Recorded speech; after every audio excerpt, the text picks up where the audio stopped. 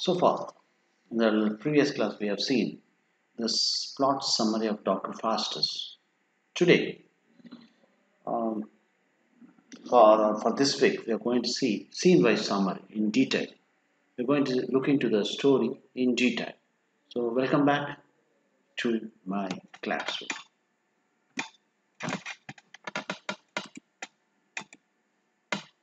Okay, so the story starts with a prologue. Prologue is Munurai. So when the story opens, it is the chorus. Chorus is a character who appears and says the short summary or introduces the main character in the play. So the chorus enters. He introduces the plot of this play. He says it is neither a love story nor a war story. It is about the form of Faustus' fortunes. Prologue 8, page number 8. The chorus says that Faustus was born to a poor parents in a small town of Rhode. He came to the town of Wittenberg to live with his relative. He was educated at Wittenberg, a famous German university. He earned the title of Doctor of Divinity. Faustus became famous for his ability to discuss theological matters. The chorus adds that has begun to practice. Sorry, he says mistakenly typed. Faustus has begun to practice necromancy or black magic. The prologue concludes by stating that Faustus is seated in his study. Scene 1 summary. Scene 1 is a long soliloquy. Faustus reflects or thinks about different subjects. He first considers logic.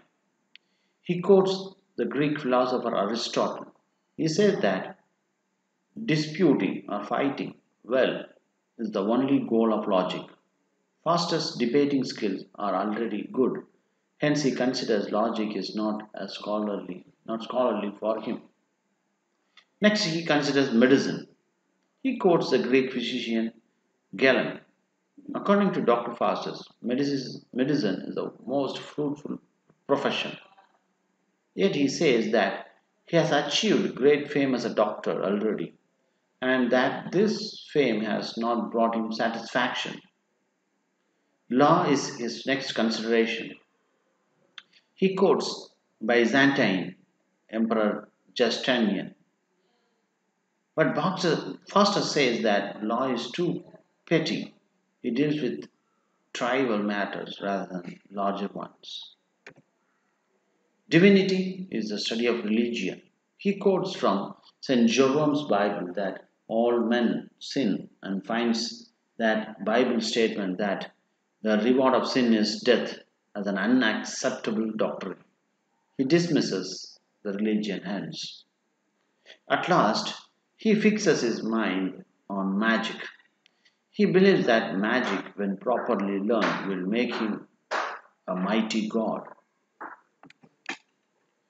Wagner, Faustus' servant, enter. Faustus asks Wagner to bring Valdus and Cornelius. They are Faustus' friends. They will help Faustus to learn the art of magic. Faustus is left alone. A good angel and an evil angel visit Dr. Faustus. The good angel asks Faustus to keep aside his book of magic. It asks him to read Bible. The evil angel encourages him to go for black magic, and they vanish. Valdus and Cornelius appear. Faustus greets them. Faustus says that he has set aside all other forms of learning to learn magic. They agree to teach black magic to Faustus. Valdus lists a number of texts that Faustus should read. Faustus invites them to dinner with them and they exit. Scene 2. Two scholars come to see Dr. Faustus. Wagner informed about Faustus' meeting with Valdus and Cornelius. Valdus and Cornelius are known for their involvement in black arts. black magic. The scholars leave the place with a heavy heart. They fear that Dr. Faustus may also be falling into that damned art as well. Scene 3. That night, Dr. Faustus stands in a magical circle. It is marked with various signs and words. Dr. Faustus chants in Latin, "Four devils and Lucifer, the ruler of hell, watch him from the shadows." Dr. Faustus renounces heaven and God. He swears love for hell. He calls Mephistopheles rise to serve him. The devil Mephistopheles then appears before Dr. Faustus.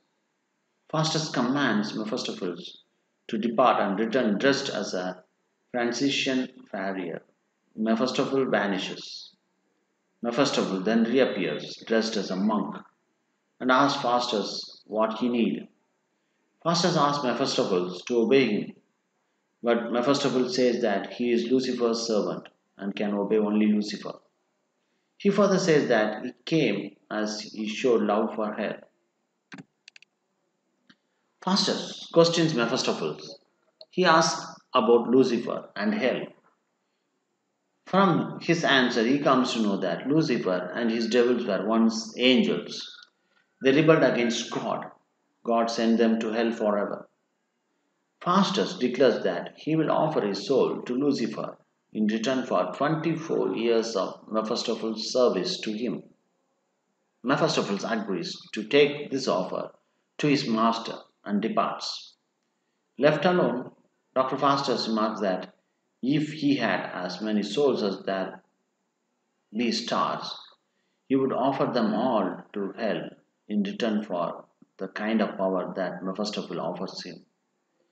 He eagerly awaits Mephistopheles' return. Summary. Scene 4 is a subplot. Subplot is a parallel plot. Wagner, servant of Dr. Faustus, talks to a clown. He asks the clown to become his servant for 7 years. The clown is poor. Wagner says that the clown would sell his soul to the divine devil for a shoulder of mutton. The clown answers that he would sell, sorry, it is written typed as it, but it is he would sell for a well seasoned mutton. The clown first agrees to be Wagner's servant. Later, he abruptly changes his mind. Wagner threatens the clown. He says that he will spell magic on him. He also calls 2 devils. He asks the devils to carry the clown away to hell unless he becomes his servant. Seeing the devils, the clown becomes terrified and agrees to Wagner's demand. Wagner dismisses the devils. The clown asks his new master to teach him to call the devils. Wagner promises, but he insists the clown to call him Master Wagner. Thank you, dear student, for watching the video. Scene-wise summary will continue in the next class. Keep learning, keep loving literature, and stay tuned for more updates. Thank you.